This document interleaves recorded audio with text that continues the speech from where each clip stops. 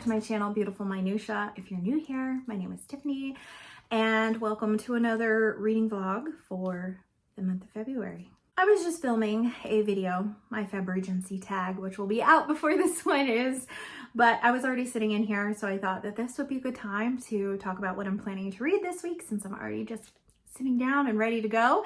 So I am carrying over quite a few of the non-fictions that I mentioned last week. I'm really not going to go into any of them because I haven't read any more of them since I last talked to you, or at least not anything that I particularly want to share. But the ones that I'm reading are Fast Feast Repeat, which is a book about intermittent fasting.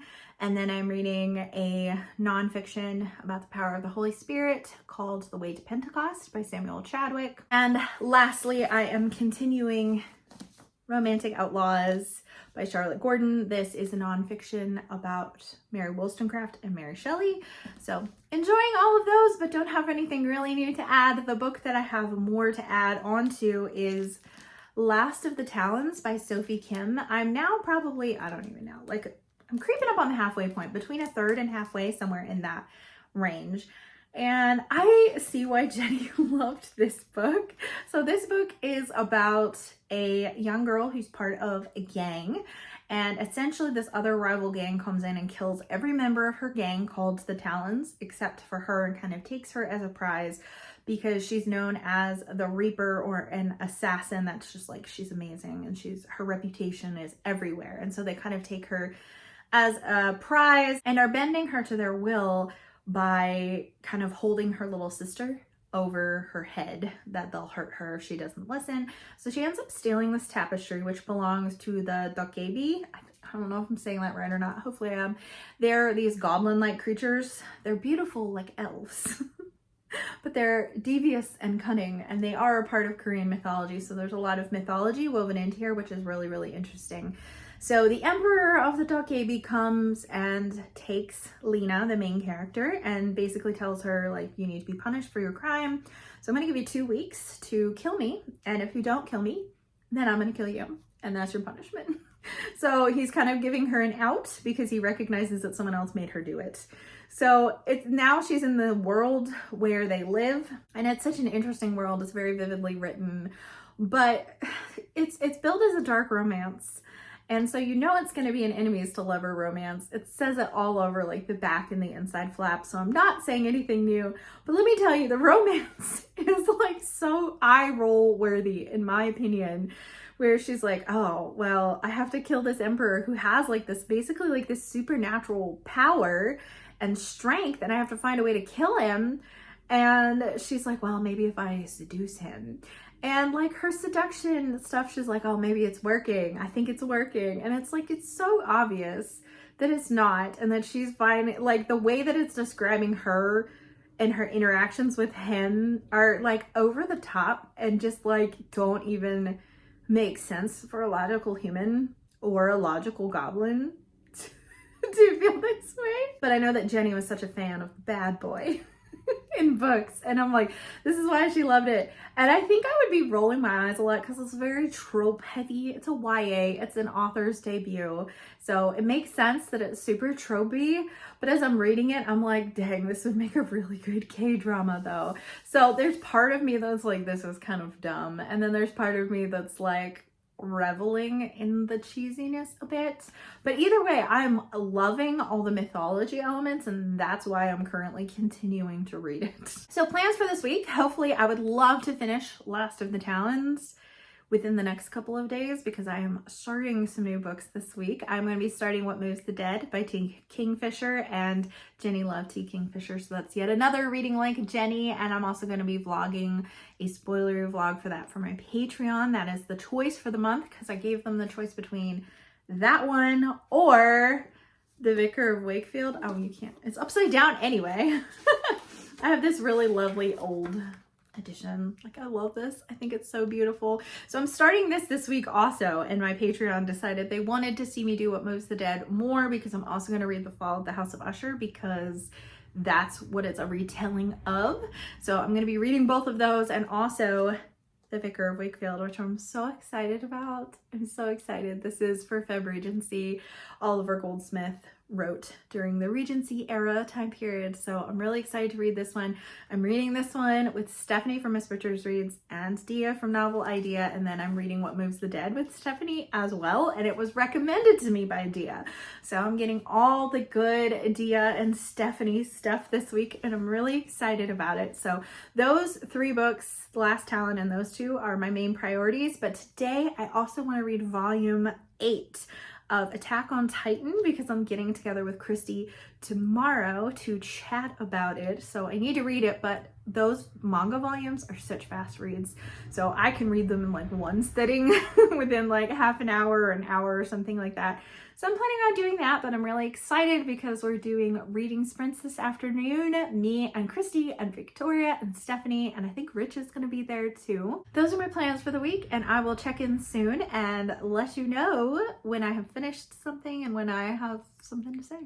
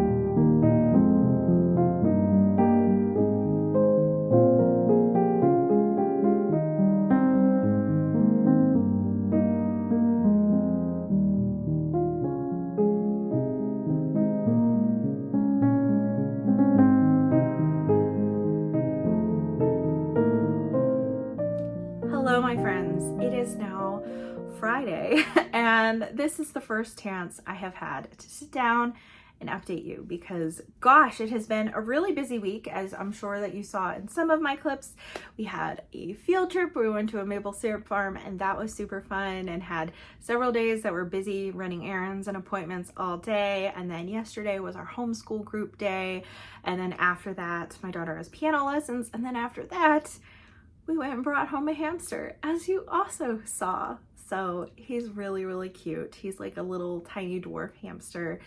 And because he is typically found in areas of Russia, Claire decided to name him Boris, but she almost named him Dostoevsky. So Dostoevsky's the middle name. So his name is Boris Dostoevsky, which is hilarious. But the fact that she even wanted to include Dostoevsky made me so proud. Anyway, in terms of reading, I have still been steadily plugging away at quite a few books, although I didn't do a whole lot of finishing.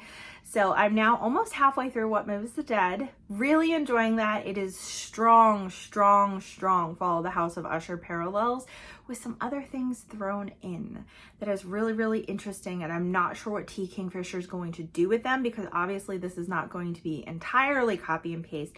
So I'm kind of wondering if she revamps the ending in any way. I'm not really sure, but if you're unfamiliar with Follow the House of the Usher and you're interested in this T. Kingfisher, essentially there is this soldier, Alex Easton, who is going to visit some friends, Madeline and Roderick Usher, and they live in this creepy old manor. Madeline is very, very ill, and there's a really good chance that she's dying. So in addition to that, there's some really strange things happening around this manor. There are like these mushrooms. Every time you poke the top, they like bruise all over the top and release this super disgusting, pervasive smell that smells like death. And then there's these weird rabbits that are not acting naturally. I don't know how those elements are going to be incorporated in. Super interesting. I'm also plugging away at Romantic Outlaws. This doesn't look like that far, but I think I'm like 30-something% of the way through according to the audiobook. There's a lot of notes in the back, so it's actually a little farther than it looks. So I'm now in the part of Mary Shelley's story where she has run away with Percy Shelley, who caused a big scandal and tried to come back, and no one is accepting of the fact that she ran away with a married man with her sister. They both went.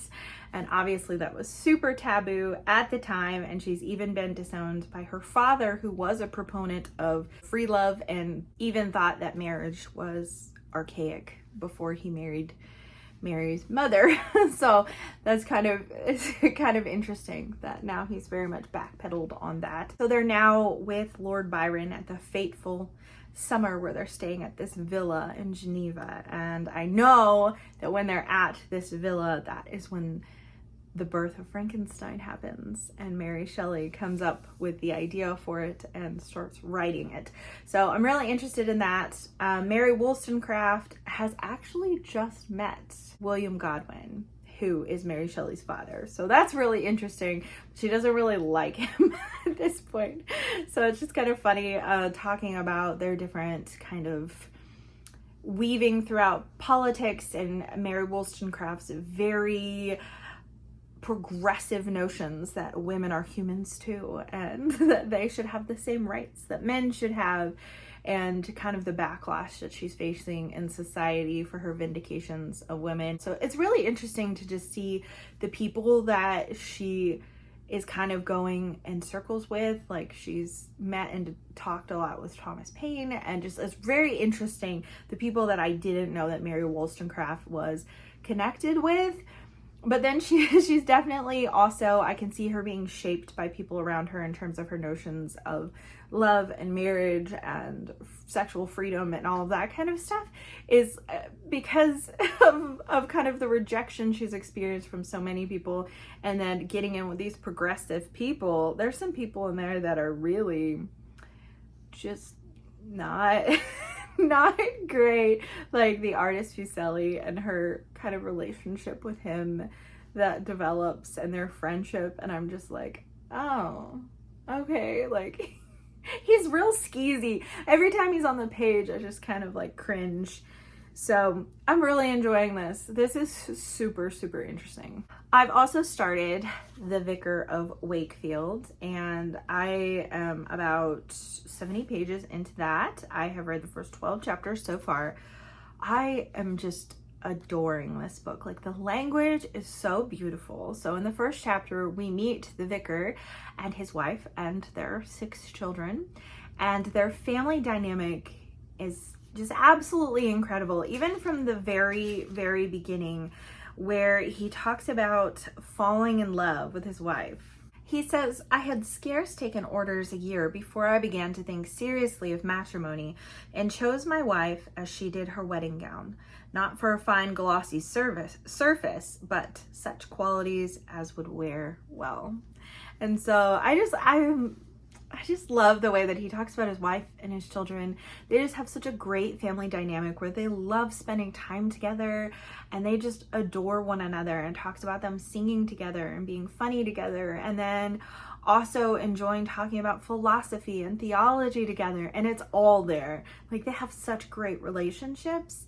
And so what ends up happening is the vicar loses what little money he has, and he has to then go to a different parish to be able to provide for his family, but it's a smaller one. And so it's definitely humbled the family and their circumstances that they now have less money for the fripperies of clothing that they used to enjoy and different things like that. But then something shifts a little bit along the way, where they go from a more humble state to now the mother and the daughters are kind of aiming to try to get the girls into society so they can marry outside of their current social and financial class, so they'll do better for themselves. And as a result of kind of trying to make themselves fit in with the more wealthy people in town, there's quite a few really hilarious stories. And I just wasn't expecting that, because at the beginning you have just so much heartwarming, wonderful encounters with this family, and that does continue. But then I thought that, you know, once they hit tragedy, that it would feel more serious, but so far it doesn't. It's actually taking quite a comic turn, and the vicar himself is just very even-keeled, and his wife, Dia, I'm reading it with Dia and Stephanie, and Dia says that it reminds her of Mrs. Bennet from Pride and Prejudice, and I can see that, where she's really angling for her daughters to marry well. And it's because she cares about them, of course, but there's definitely some vanity that's happening there as well. And so it's just been a really enjoyable read so far. I have other books I'm in the middle of, but I haven't really made that much progress on this week. But I did finish Last of the Talons. This is a book that I read for We Love Jenny because Jenny really enjoyed this. This is a YA dark romance slash fantasy based on Korean mythology, and I thought that the mythology elements were so fun. I thought that the romance elements were not as fun. I thought that they were kind of cheesy, but I still ended up enjoying this book overall. It's not one that it's the first in a trilogy, and it leaves a lot of things unanswered at the end, or introduces some new questions, I should probably say. And I don't think I care enough to continue to read on in the trilogy, just because there's some things that I was just like, oh my gosh, these are hardcore YA tropes that aren't even that well done. And so that makes me not want to continue it that much. But I did think the world was so vividly written, and I really did enjoy Lena, who's our protagonist. I just thought she was really plucky and brave, but also dealing so much with so much anxiety and guilt, because she's the last in her gang and her gang was killed. And you find out very gradually how that came to be. It's left very open-ended, and then we kind of go back and then work our way up to the event that happened. The weird way they do it is that each time it's like an installment of something that happened. It's a dream, and she wakes up in a cold sweat. And I'm like, why are we doing this? We could just do it kind of like flashbacks and her reminiscing, but like every single time it was a dream. But we kind of get the reason why she has this survivor's guilt and why she's struggling with grief to the degree that she is, and all of that kind of stuff. And so it was fun. I kept finding myself at moments where it was cheesy, thinking like, yeah, but this would make a really good K-drama. If this was a K-drama, I would watch it. And I would love it. I know that I would love it. So if you like mythology-based books that are vividly written, if you like enemies to lovers with a good dose of who did this to you, you'll probably really love this book. But it just it was a bit much for me in some of that kind of elements. It does get pretty graphic in some of the violence, and there's definitely some physical traction that's happening between the two main characters, but that never got really graphic. But they're both very well aware of their attraction to one another before it turns into love. Well, I think I'm gonna wrap this vlog up here, because like I said, the other books that I've currently been like whittling away at, some nonfiction and some fiction, are ones that I haven't made like a substantial amount of progress in. So we'll just wrap this up here, but I'd love to hear from you in the comments down below. What have you been reading in the last week? Have you read any of the books that I mentioned in my vlog here? So I would love to hear your thoughts. Thank you so much for watching. If you like this video, please hit like and also subscribe so you can continue to see more bookish content from me, and I will see you again next time.